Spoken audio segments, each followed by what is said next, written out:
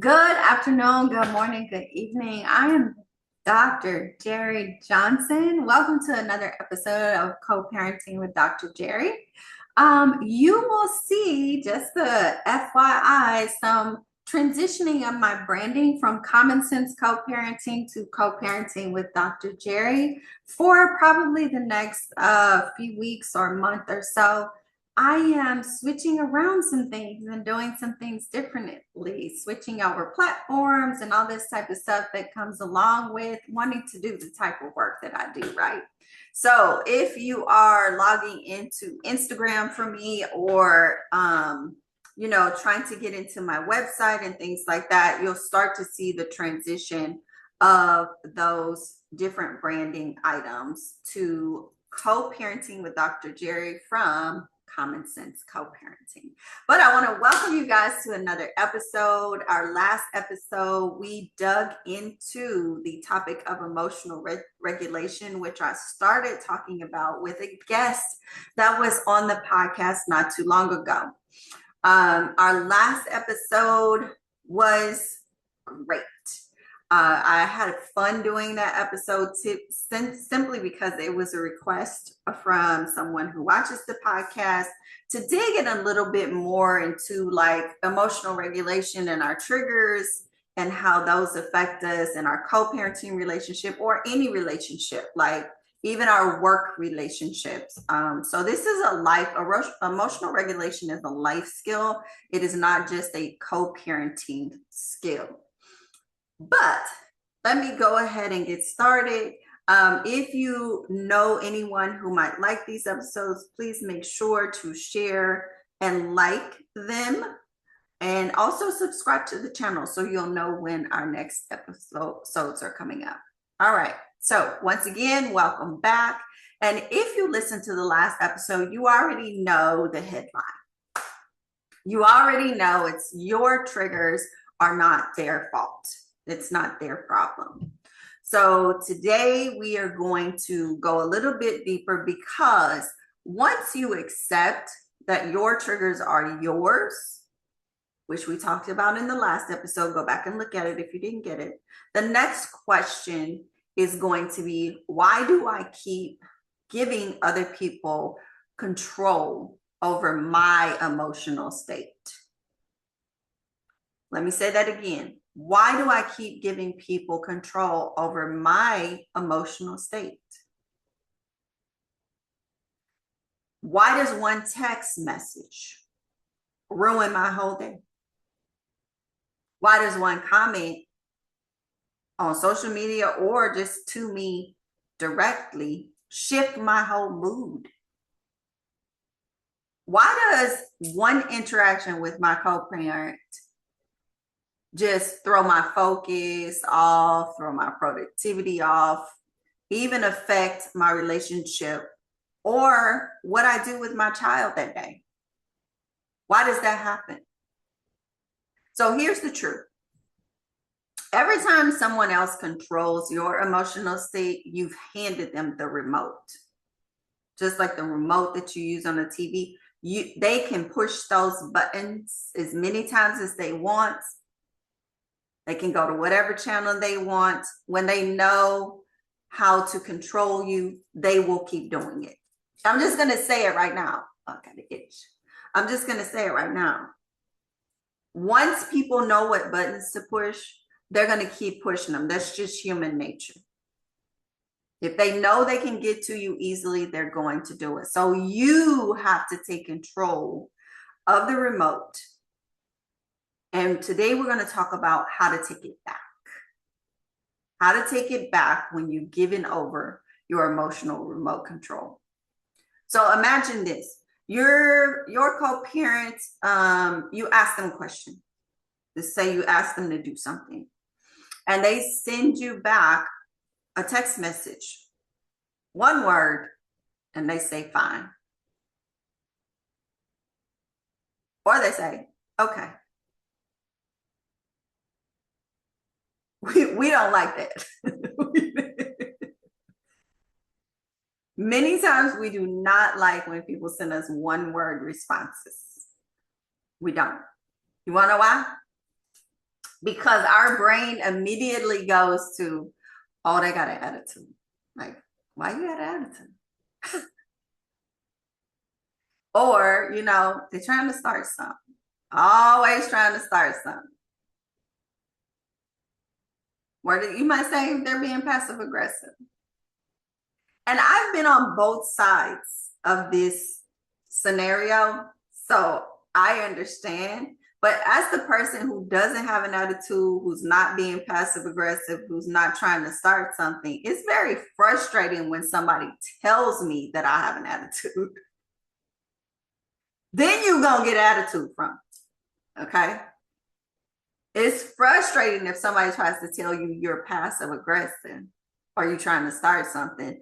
Just because you say something in one word, maybe I'm busy, maybe I'm working, maybe that's I got it. So I just say, okay, no problem. Like what else do you want me to say to appease you and your emotions?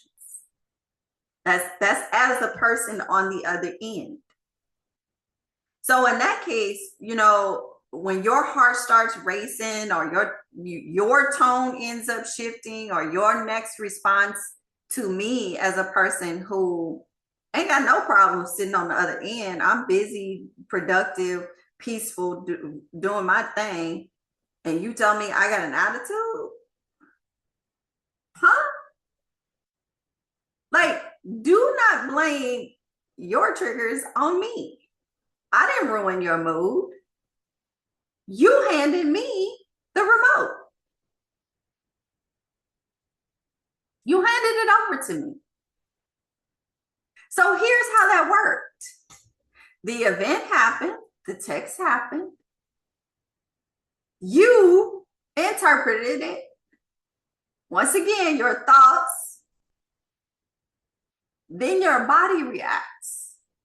That's your feelings. Your thoughts became your feelings. We said this in the last episode. And then you respond based on the action. Your feelings became your actions. Most people think that the event, the text, caused the reaction. No, the text didn't cause the reaction. That person has no idea what's going on the other end, or what's going on in your head. Okay?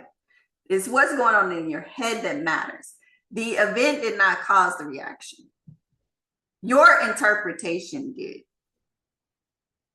That's your feelings. You in your feelings. That's what that's meant by that.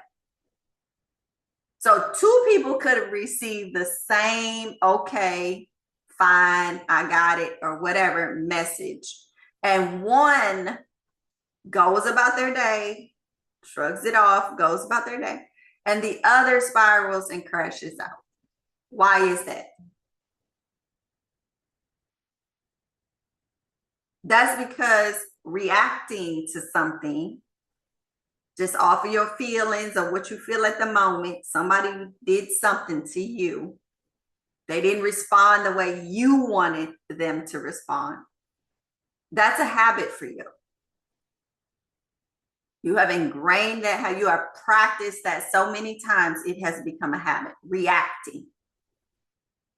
Regulation is a habit as well.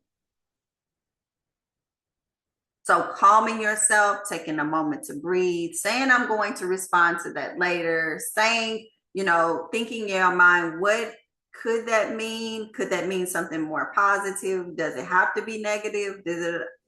Regulation is a habit too. It takes more steps than reacting.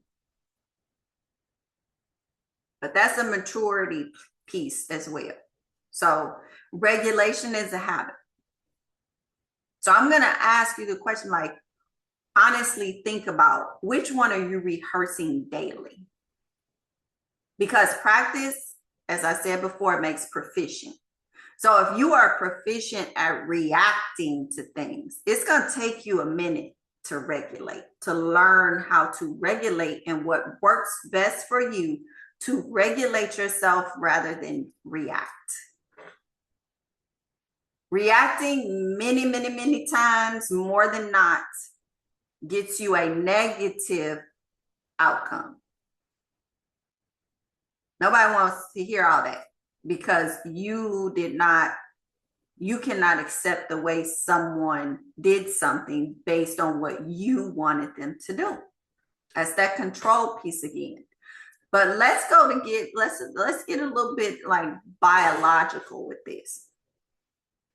When you are triggered, your nervous system in your biology, in your physiology, in your body shifts to survival mode. When you're in survival mode, emotions are high. That means your intelligence is low. When you react, emotions are high. That means your intelligence is low. That's brain research. People can't think clearly, think logically when they are highly emotional. So there's 4 things you can do, the 4 F's. If you're doing these 4 things, you're failing at emotional regulation. There's fight, there's flight, there's freeze, and there's fawn. Let me say them again. The 4 F's. If you're doing these things, you are failing at emotional regulation. Fight, flight, freeze, or fawn. Okay. So co-parenting, let's get back to co-parenting with emotional regulation. It's full of things that we perceive as threats that cause us to do these 4 things and that cause us to get emotionally heightened, right?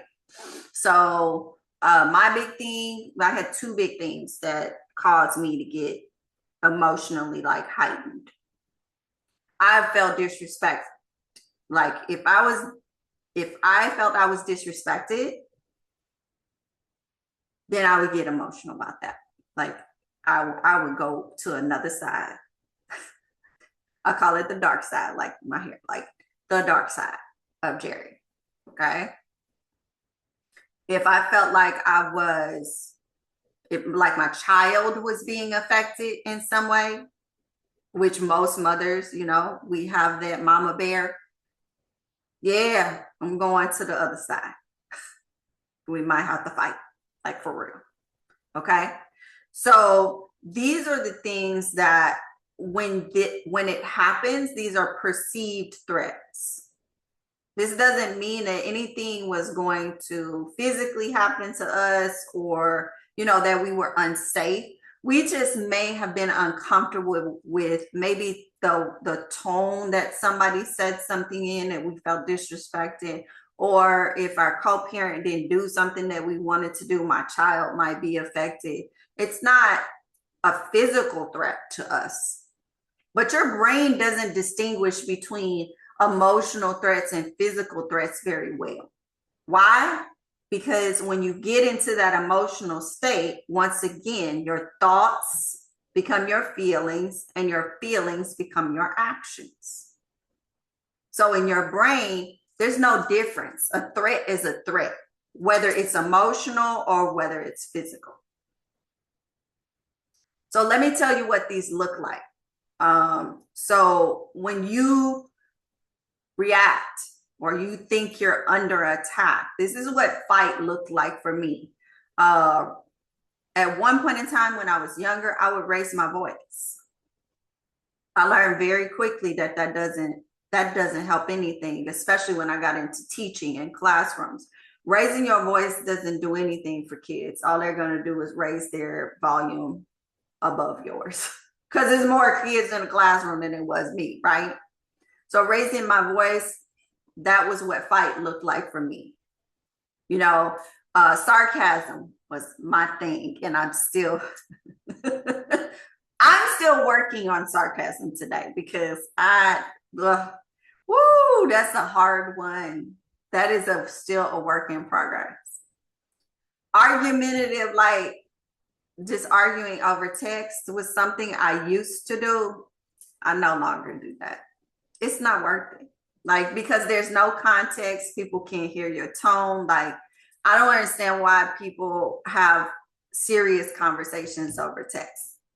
You should not do that. Do not do that with your co-parent. Okay, practice that. Don't do that over text. All right, that's what fight looks like when you're in that heightened emotional state. For me, it did. Let's talk about flight.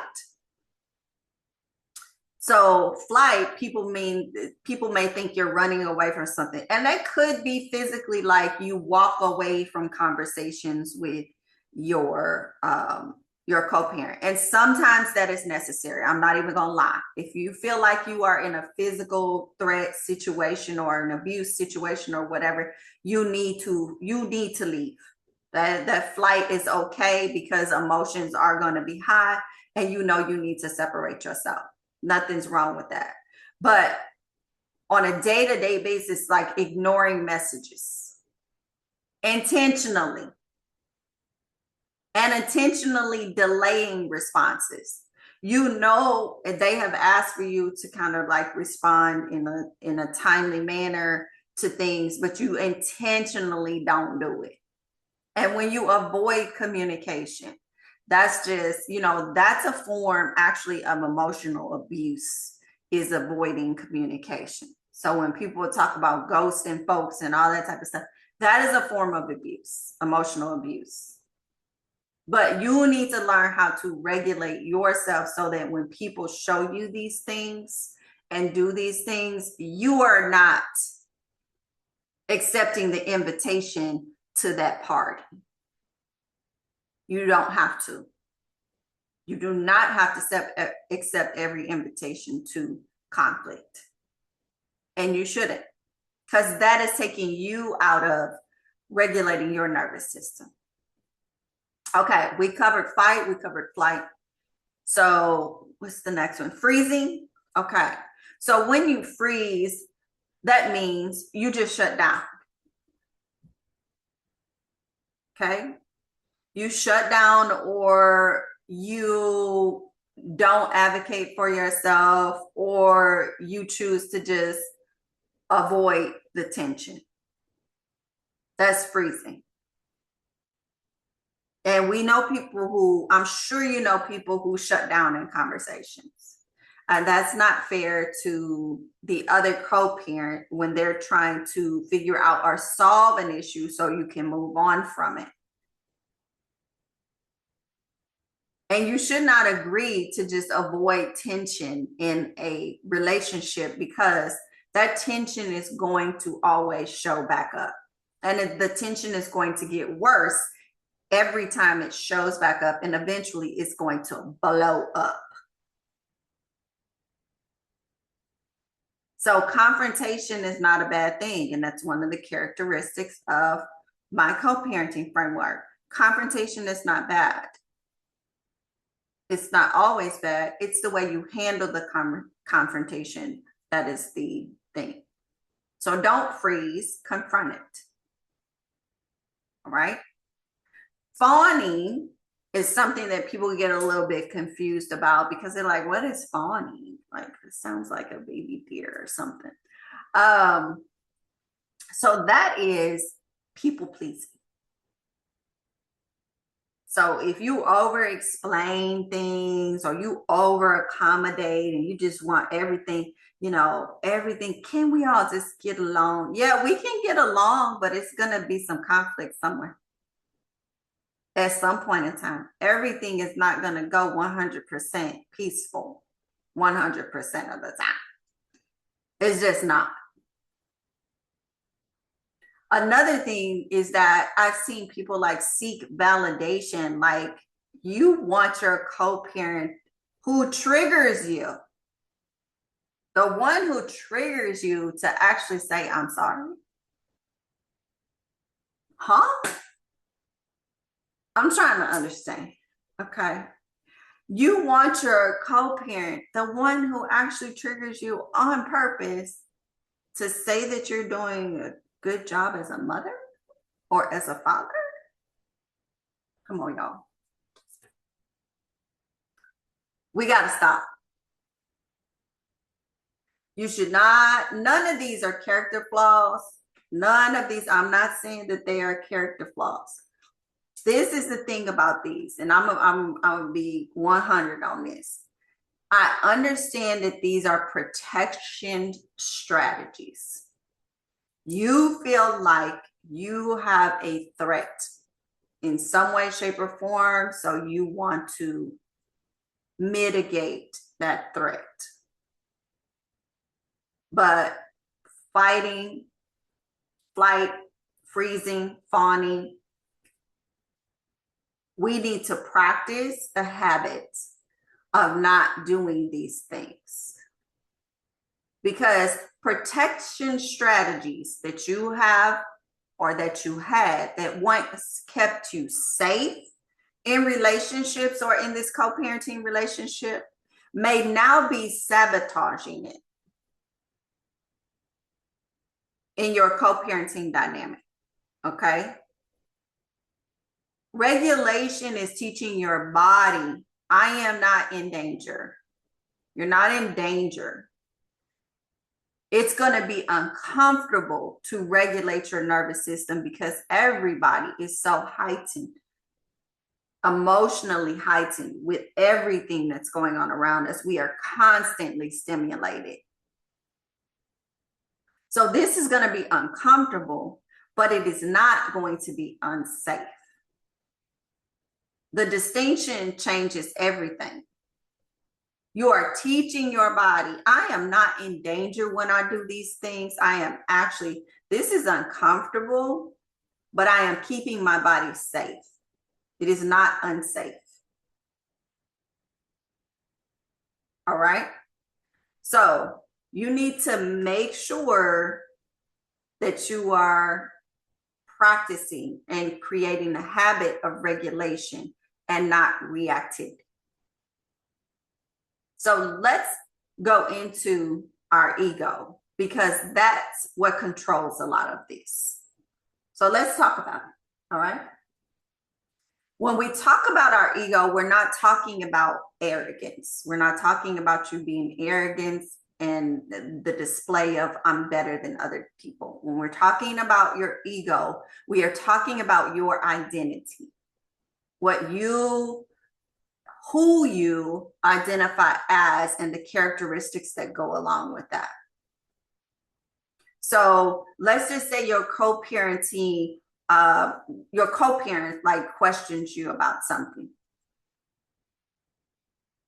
What actually hurts when your co-parenting, when your co-parent questions you about something? What hurts? Like what triggers you about that? Because I've heard people say, well, they shouldn't be asking me no questions about that. You know, they know X, Y. If they knew, they wouldn't be asking questions. I mean, come on. Like they don't live with you every day. They don't talk to you every day. Like if they knew, they wouldn't be asking the question. So what's the problem with somebody asking you a question? Is it the way that they ask it? Is it their tone? Like, or is it you and you thinking like they don't respect me or they think they better than me or, you know, they don't see me as knowing what I'm doing as competent. Let's just think about that. Like what really hurts about that? I've had parents come and talk about like, well, you know, my daughter act like, you know, she loved her father more than me and this, and that. Okay. So what hurts about that?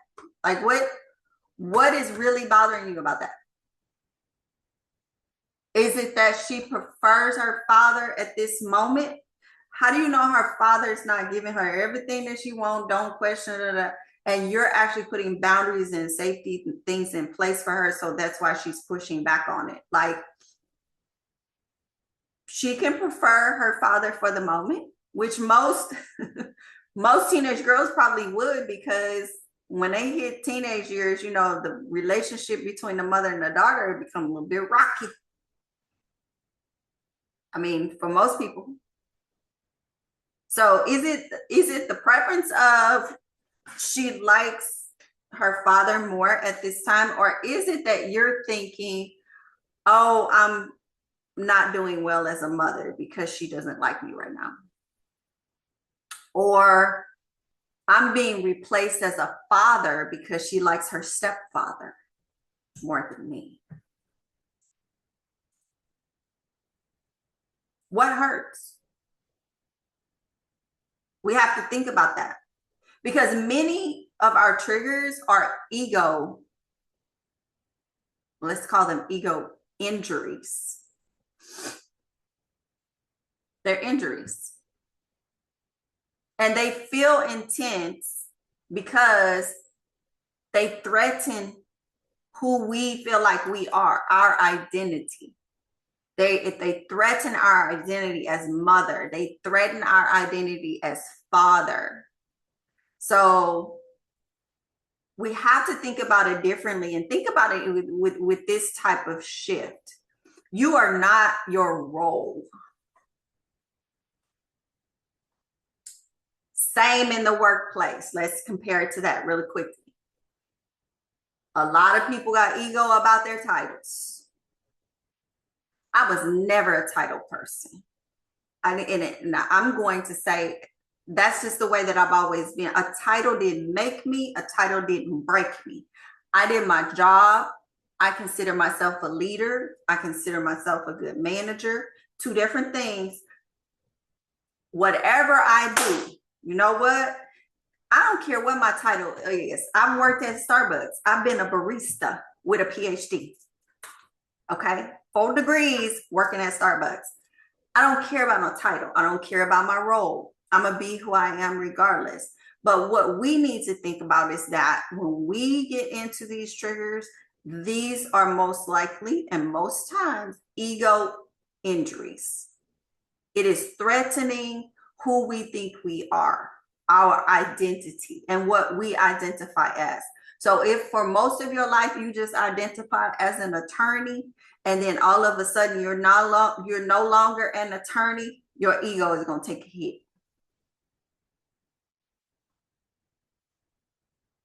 And you are not your role. Shift that. You are not just the stable parent. You are not just the organized parent. You are not just the responsible parent. Okay? When you identify with being your child's good parent, any criticism that you receive is going to feel like an attack. So think about what is really hurting here. Is it your ego and what you identify yourself as, and now your child prefers the other parent because of, you'll probably never know why they prefer them at that time, because they probably won't tell you. So you have to work through this yourself. And secure people are going to hear feedback without collapsing or crashing out. Insecure ego people are going to react defensively.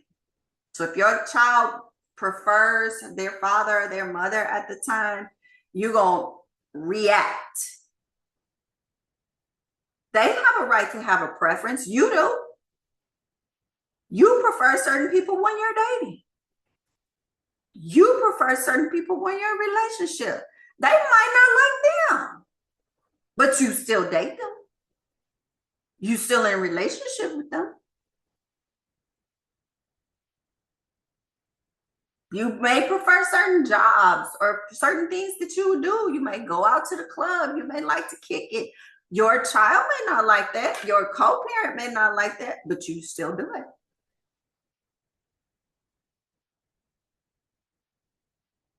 So focus and shift your mind. Okay. We need to make sure that our triggers are not about our ego. And when you react defensively, pull back and think about, why are you acting defensively? Where does it hurt? It doesn't mean that you're weak, that you're acting defensively, that the emotional regulation isn't there yet. But it means that there's some work to do. And that work is going to be growth for you. So here's the part that matters most. I just mentioned it a minute ago. Your child is watching. Your child or your children. They are watching. They are watching how you handle discomfort. They are learning how to respond in conflict. They are learning how to interpret or listen to tone of voice. Read your nonverbals. They're doing that. Nonverbal communication, facial expressions, eyes, mouth, the body posture, all of that. They are learning how to manage frustration. And they are learning how you soothe yourself. Do you go do positive things to soothe yourself when you're having a frustrating day, or somebody has made you upset, or you cried, or, you know, a lot going on? What self-care are you doing? All of that. If every inconvenience for you becomes an emotional storm, a crash out on every inconvenience, they learn it's okay to do that. It's okay to storm. And they gonna do it, not just with you. I gotta stretch, I'm sorry, y'all. Not just with you. They're gonna do it with everybody. So when they go to school and they crash out, and somebody, you try to come to school and say, I don't know where they got that from. Look at you. Look at you. Look at it. If every disagreement that you have with your co-parent comes with hostility and fussing and cussing, they're going to learn hostility and fussing and cussing during disagreements. Where are they going to take that to? School and when they go to the workplace. Because that's not just with your co-parent that these things are going to happen. You're going to get emotionally irregulated at work, in relationships. So they're learning how you deal with the hostility in relationships. If the trigger becomes, oh, you know, you sit around and gossip about folks, or you talk about folks, even in the family, friends, whoever, worker, then they learn that. They learn that triangulation.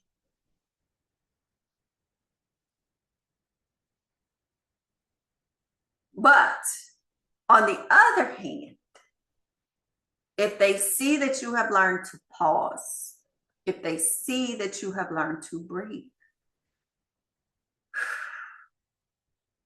if they see that you have learned to respond calmly and set boundaries without all the hoopla, without all the rage, okay? Then they learn emotional stability for themselves. And that stability is security for them. When they see you do all of these things that come along with being not emotionally regulated, that is very unstable foundation for them. It's going to be very difficult for them to move out of that and learn how to move out of that as they matriculate or get older. It is not going to be until they get older and their brain has fully developed, probably about 25, that they may even think about modifying or changing their behavior. And it's going to be extremely difficult. It's going to take some time. It definitely can happen, but it's going to take more time than when they are in their formative years and their brain is still developing a lot. So in the end, I'm not trying to say that you need to be a perfect parent. They don't need perfect. Kids don't need perfect. They need to see imperfect. I have a tattoo that said imperfection is beautiful, because it is. You can see all the broken parts in something, and it still sit there in a whole shape, and it's beautiful. Even the broken pieces that broke off of it are beautiful. Okay? Your child does not need a perfect parent. Your child needs a regulated one. We see it around us every day, all day, social media, government, everything. We do not have a society that is encouraging emotional regulation. We have a society that is encouraging crashing out and masking things that are serious and need to be addressed, because it's only going to get worse when we don't.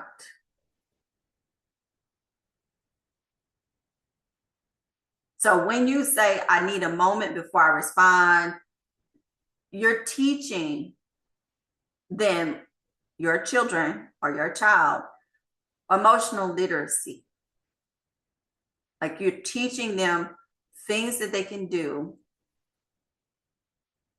to learn how to regulate themselves and their nervous system. When you, even if you say out loud, that, well, I say it to my daughter sometimes, well, you know, that was kind of frustrating, but it's okay. I'll handle it. You are modeling self-control. That there, especially if it runs in your family, just, you know, the emotional storms, that's generational. Like, you are repairing a generation just with your one child or your two children or your three children. You are repairing a generation of your family when you begin to model self-control and emotional regulation. But let's call it what it is. Some of us are addicted to emotional intensity. We love the drama. That's why social media and all these platforms are so popular. We love to see the drama. We love to see the conflict. You know, we like to see reactions in people and all of that. It feels familiar because we're used to being dysregulated. It feels like it stimulates us. We have overstimulation in this society. But actually, it's chaotic. And I've met people who I have had to say, I cannot be around you because your energy is chaotic. Like, I enjoy being in peaceful environments, calm environments. I've been in schools most of my career. You know, I like calm schools. And I intentionally tried to create environments in schools that I led that were calm for children to walk into in the mornings, excited to walk out of in the evening and come back in the morning. You know what I'm saying? Like, it's like we are addicted to chaos. But emotional, like, it's kind of like alcohol or any other drug, right? Being addicted to it. Being sober is choosing the calm even when the chaos is available. Being sober-minded, kind of like the Bible says, if you believe. It shouldn't be boring. You should actually feel mature. Like, emotionally mature when you choose being sober-minded over having chaos in your life. In co-parenting, let me give you some examples of what that might look like then. Okay. I got to the point in my co-parenting where our conversations were only about my daughter or our daughter. There was a long period of time in my co-parenting where our conversations, when we got on the phone, it was strictly about our daughter and nothing else. We would say, how you doing? You got a second? You know, whatever. We wouldn't ask about family. We wouldn't do none of that. You want to know why? Because if we wanted separate relationships with our families, we cultivated those outside of us because we were no longer married. Okay. So our conversations were child focused. That was being sober minded, avoiding the chaos. There was no just opinions about things. We stuck to the facts. This is what has happened. This is what I need to happen. Are you able to, you know, do X, Y, and Z? We stuck to the facts. There was no raising of voices and cussing and fussing. There was no escalating tones. It was straight. And when I tell people our relationship, it was boring, and it should be. Some people might think boring is bad. No. You know what? Right now in my life, I would love to have just a boring, just sober-minded relationship. That's fine with me. I don't need all the chaos. We're going to travel. We're going to do stuff. Yeah, but I don't need all the conflicts. I don't need all the back and forth. I don't need all the ego. I don't need all of that. So in co-parenting, this is what being emotionally sober should look like. You don't have to argue. Silence is sometimes regulation. It is not weakness. You don't have to talk to them all the time. You don't have to, do all of that. Keep the conversation on your child or your children, and that's it. Okay? So if you are ready to level up, y'all ready to level up? Because it's some deeper work you got to do. All right? Let's go with number 1. If you want to do the deeper work, you can try auditing your patterns. What most triggers you? What themes most trigger you? Is it like disrespect? I know disrespect was one of my things. Like, woo, that was one of my things, was the disrespect. Is it control? Like, is it abandonment? Like you feel like somebody's leaving you to just do all the work or whatever? Is it somebody criticizing you? Even though they're just giving feedback, but you feel like they're criticizing you because of your ego, right? So audit your patterns. What triggers you most? And that's where you start the work. The second thing you can do is separate the past from the present. We talked about this in several episodes where they may have done something in the past, and the past needs to be the past. We're talking about right now. We're sticking to the facts of right now in this situation. What happened? How I feel about it, and how we need to move forward. Because sometimes we're reacting to childhood stuff. They ain't got nothing to do with our co-parents. We are reacting to past, things that they may have betrayed us, or somebody you in a relationship now that does something and you mad at your co-parent because they did something that looked like something that the co-parent did before. So separate the past from the present. Stop reacting to things that happened in the past. And you need to ask yourself, this is the question. This is the question. Because the first question was, what triggers you the most? Like what theme? Like disrespect, control, whatever. The question is this what is happening about right now? Is this about right now or then? Because if it's about previously, you got to let that go. We need to look at right now. Is this about right now or is this about way back when? Okay.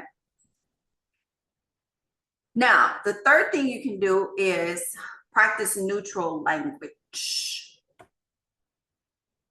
So we're not blaming and shaming. And in order to do that, you have to stay in the now. Okay. Because when you practice the negative language, basically, you're going on, you always do this, so you never do this. Those are not nothing in life is absolute except probably leaving this place dead. Okay. But saying you always or you never is not neutral. You need to keep it to when this happens, I feel blank. When you ignore my texts for 24 hours, I feel unsafe because if something happens to me or, in 24 hours, then I would prefer that that type of neutral language reduces escalation. Like it reduces the person on the other side having an attitude. Now, don't get me wrong. Don't get me wrong. Some of you are going to say, well, they got attitude anyway. They always respond. Here we go with the always. They never respond. Here we go with the never. Nothing is absolute. There have been times, I'm sure, that they have responded in a neutral way or not negative way. Try to keep in mind those moments. And what did you do in those moments that they actually responded that way? Did you not say something that could have been misconstrued as having an attitude or something negative or whatever? Then go with that. Say more positive things.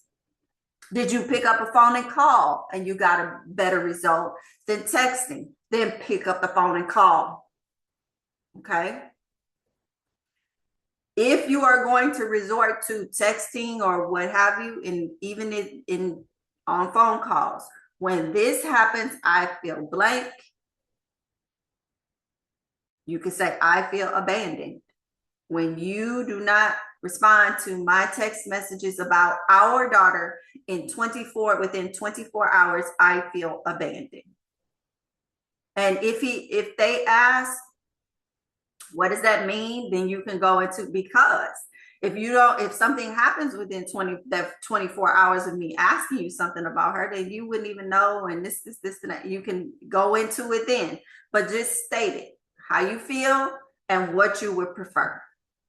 That's neutral language.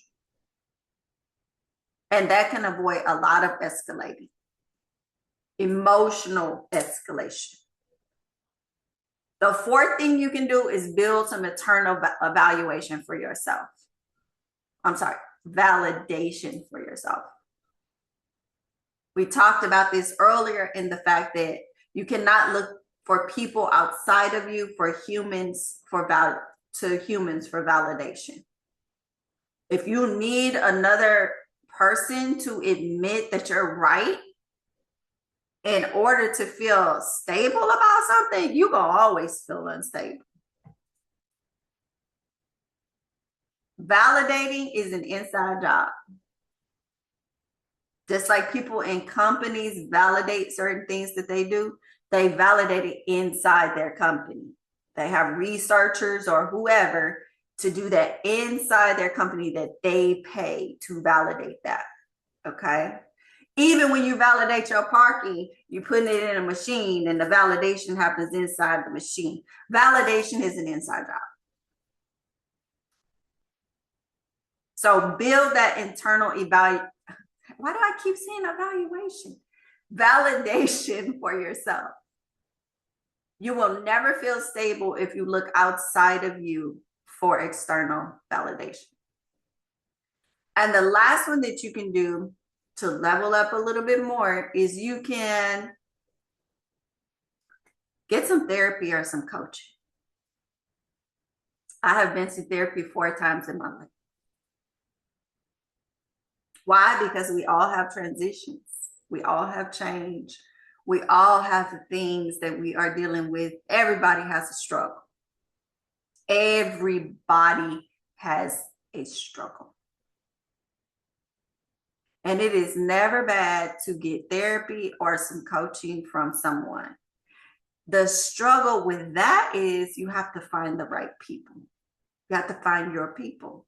And sometimes we go to therapy or we go to a therapist or a coach and we say, oh, I just wasted money. Like that didn't even work out. And I'm never doing that again. I'm never doing that again. Here we go with the absolutes. Okay. What I'm going to tell you is that when you find your people, it is whatever you spent before is well worth it. It's well worth it. Regulation is not always a do-it-yourself thing. You have to have other people who actually test you in your regulation. We get tested all day, every day. But to have someone help you with the rewiring of your regulation, sometimes that needs to be guided. You need help with those steps. We don't know how to do it, obviously, because if we did, we would have done it. And what's amazing about our schools nowadays is that we could actually help children to do these things, learning to regulate their nervous system. And we have a lot of mess about the ways that we can actually do that through yoga, through meditation, through mindfulness and things like that. And people don't believe in it. But you believe in people out here, shooting schools up and stuff like that, but rather than helping them learn how to regulate their emotions. That's another conversation I'm not getting into. Not yet. But seeking outside help is not a weakness. Many times it's necessary and it actually is strength. You have to be a strong person to admit that you need help. That's not a weakness at all. So let's, I'm about to wrap this up because it's getting long, but this is, as you can see, one of my favorite topics. So let's clarify something real quick. Regulation, emotional regulation, because I know somebody's probably thinking it, is not you tolerating bad behavior. It doesn't mean you have to tolerate bad behavior.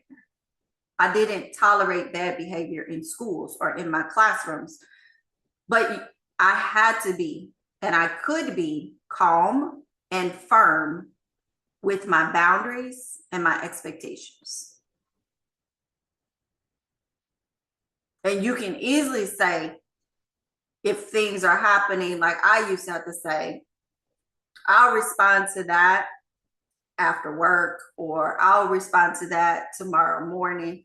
Or if the schedule changes, I need at least 48 hours notice. You can also tell people what you're not available for. Okay? I'm not available for fussing and cussing. I'm not available for when you're talking to me or communicating with me, that includes insulting me. You're setting boundaries, and that's not emotional just explosions that you're having, the storms. These are steady decisions, calm and firm. And those are harder for people to argue with. Because when you say what you said, is basically I said what I said. And that's what it is. Reactive boundaries that you set, you fussing and cussing while you telling somebody if you can't fuss and cuss at me. That's just inviting more struggles. You inviting conflict with that because you're giving it. So you're gonna get back what you give. So choose calm strength. Maybe I need to get a t-shirt because choose calm strength. That's what we need to be choosing. I have a t-shirt that says choose joy. Choose joy. But here's the truth. If someone consistently hijacks your emotions, they have access to your peace. And you don't need, everybody can't have access to you. They can't have access to your body.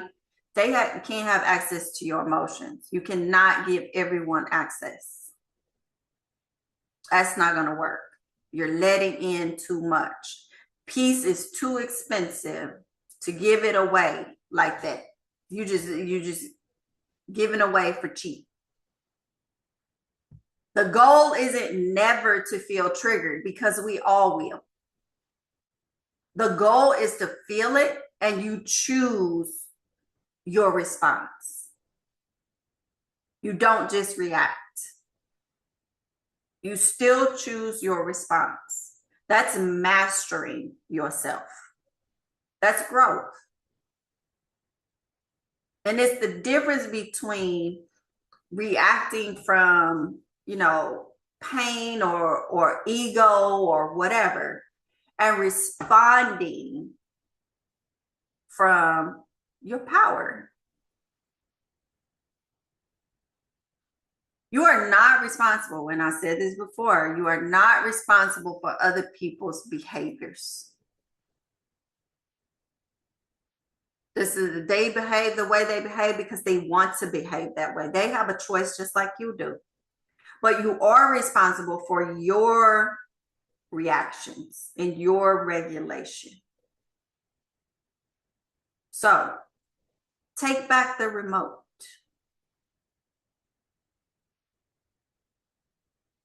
Most people don't deserve the remote anyway.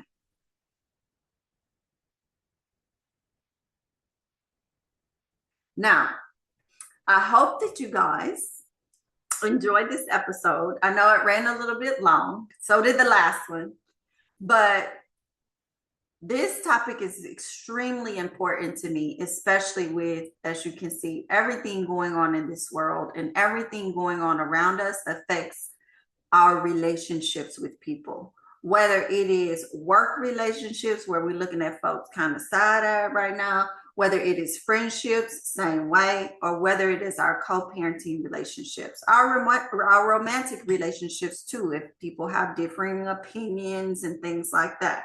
So I hope that you like this and share it with someone, because this is very important for us to be able to start creating communities of people that are actually looking at these things and learning how to regulate themselves and help others, especially our children, to regulate when they are not with us. Because if we don't model it for them, they don't see it. In our schools today, they possibly could see it. However, I mean, you never know. You never know. So thank you for tuning in today. Hopefully I will see you guys next time. I believe I'm going to have a guest next month. I'm going to see, depending on the response to this video. If there's a topic that you are interested in or that you want to learn more about or just learn my perspective on, you are welcome to drop that topic in the comments, and I'll be sure to create an episode or some clips or something that address those topics. I really want to hear from the audience. Hopefully you will go ahead and subscribe and my audience will get bigger so we can have more things to talk about. But until next time, I'm going to say to you guys, go out there and co-parent with a purpose. It was real. Bye guys.